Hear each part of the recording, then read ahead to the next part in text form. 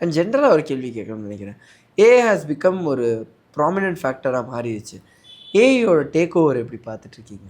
நிறைய விதத்தில் எக்ஸாம்பிளுக்கு சொல்லணும்னா, ஜென்ரலாக ஒருத்தங்களோட வாய்ஸை we can create even though they are not there அப்படிங்கும்போது how does that feel to be and dubbing artist now?